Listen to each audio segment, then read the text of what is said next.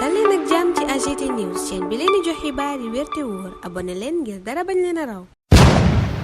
AGT News. Bonjour. Les conséquences des tensions politiques, notamment des émeutes de juin sur l'économie sénégalaise et les remous au sein de la coalition présidentielle constituent l'essentiel de l'actualité dans les journaux parus ce vendredi 8 septembre 2023. Et sur le premier sujet, Réumi Quotidien se penchant sur l'analyse du FMI sur l'impact des tensions politiques au Sénégal, constate à l'arrivée une économie fortement affectée. Réumi qui souligne dans ses colonnes que les notes du FMI ne sont pas bonnes pour le Sénégal, rappelle qu'après un répit entre mars 2021 et novembre 2022, les tensions politiques ont repris dès le début de l'année 2023. Suite à l'ouverture du dossier Ousmane Sonko Mame Mbaye Niang, l'affaire Sweet Beauté prendra la suite quelques semaines plus tard avec une procédure aussi rapide que tumultueuse ayant abouti à la condamnation du leader de PASTEF. Et parallèlement, les séries de manifestations avaient repris à travers le pays et devenaient de plus en plus violentes. Et selon le FMI, elles ont causé de lourdes pertes à l'économie sénégalaise, rapporte Réumi Quotidien.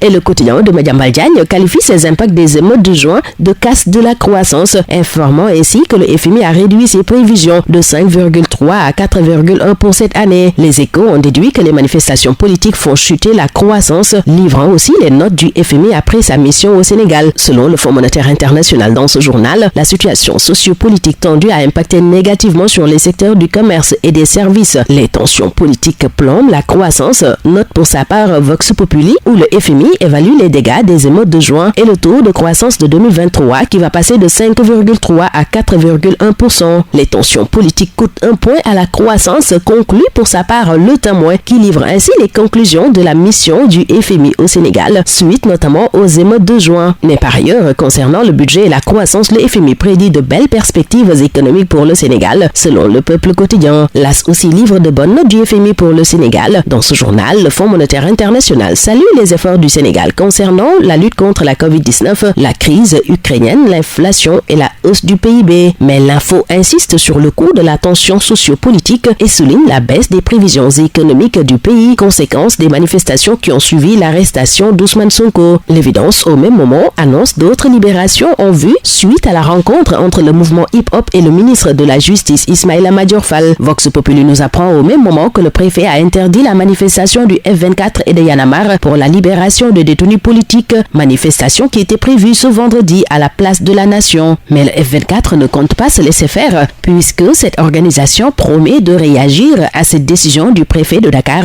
Macky Sall lui fait face à ces petits monstres en cette fin de règne marquée de défiance politique, constate critique qui prédit une implosion de l'APR et de Benno après la désignation du candidat de Benno Bokk Yakaar. Et justement, Vox Populi nous apprend que Macky a tranché pour le candidat de Benno Bokk Yakaar et nous sommes dans le VSD décisif, souligne ce journal, qui renseigne que sauf changement, une pré-rencontre est prévue aujourd'hui au palais pour briefer les recalés avant la grande messe de samedi. En effet, Macky ne veut pas mettre ses hommes devant le fait accompli, nous apprend Vox Populi. Et la Tribune nous apprend que la rébellion est interdite aux responsables qui traînent des casseroles après le choix du candidat de Benno Bokk Yakaar APR par le président Macky Sall. Mais Walf Quotidien constate tout de même le spectre d'une rébellion après ce choix du candidat de Benno Bokk Yakaar par Macky Sall. Et c'est déjà une réalité, semble dire Besbi Le Jour, qui affirme que Benno se tasse car Macky fait face à des départs et l'on quitte le navire comme sous Diouf en 2000 et sous Wade en 2012, précise Besbi, qui nous apprend par ailleurs l'audience que le président accordera au leader de Benno Bokk Yakaar et au candidat ce samedi. Et Youssou Ndour prépare-t-il sa candidature, s'interroge Besbi. Restons avec Youssou Ndour que Yor Yorbi voit alors des calculs après sa démission de Benno Bokk Yakaar. En tout cas, il a ressuscité Fekema Tibolé, renseigne Le Regard. La LD Debout pendant ce temps a investi Khalifa Sall en direction de la présidentielle, nous apprend Vox Populi. Concernant cette élection, notamment la campagne de collecte de parrains sur fond d'innovation dans le système, Sud Quotidien signale les candidats face à un test grandeur nature et donne la parole à l'expert électoral Ndiaga Sylla, pour qui le problème majeur de notre système de parrainage, c'est qu'on n'a aucune maîtrise sur les doublons externes. Le tirage de passage des candidats constitue aussi un couteau à double tranchant, fait remarquer ce quotidien. Le quotidien Réumi rapporte les propos du président Macky Sall tenu au sommet sur les systèmes alimentaires en Afrique. L'Afrique qui ne devrait avoir ni faim ni soif selon Macky, qui trouve dans le regard que la faim en Afrique n'est pas seulement une préoccupation, c'est aussi et surtout un grand paradoxe. Et Walf Quotidien dévoile les 4 ingrédients de Macky Sall pour la souveraineté alimentaire en Afrique. En Guinée, pendant ce temps, c'est la désillusion, constate Enquête, au 2e anniversaire du putsch du 5 septembre. D'après ce journal, 2 ans après le putsch, le désenchantement est la chose la mieux partagée dans ce pays. 3 jeunes ont été tués lors des manifestations organisées en marge de ce 2e anniversaire. La confiscation des libertés, l'absence de constitution, entre autres, place Mamadou Doumbouya sous le feu des critiques. Et dans l'As, pendant ce temps, Cheikhou Oumar Sy pose un diagnostic sur la relation avec le régime et les politiques, les critiques et le financement de la société civile. La société Philip Morris International, qui subit un redressement fiscal de 3,742 milliards de francs CFA, intéresse Libération, qui détaille dans sa livraison du jour comment Philip Morris a été cerné avant de nous conduire à Wakam, où un R+4 construit sans autorisation sur 25 mètres carrés s'est détaché. Le bâtiment s'est subitement incliné et le maire a ordonné sa destruction. Si on en croit Libération, qui évoque par ailleurs la mort suspecte d'un étudiant à Nord-Foire, 3 frères placés en garde à vue soutiennent que l'étudiant qui souffrait de troubles se serait suicidé. Et sur la corniche ouest, un corps sans vie a été retrouvé dans les buissons, renseigne ce journal. Le journal Réumi, dans sa version People de ce jour, rend hommage à l'acteur Jean-Paul d'Almeida, rappelé à Dieu il y a quelques jours. Un hommage pour l'éternité à lire à la page 7 de Réumi Quotidien, où prend fin ce tour des journaux. Très bonne lecture, excellente journée à tous. AGT News.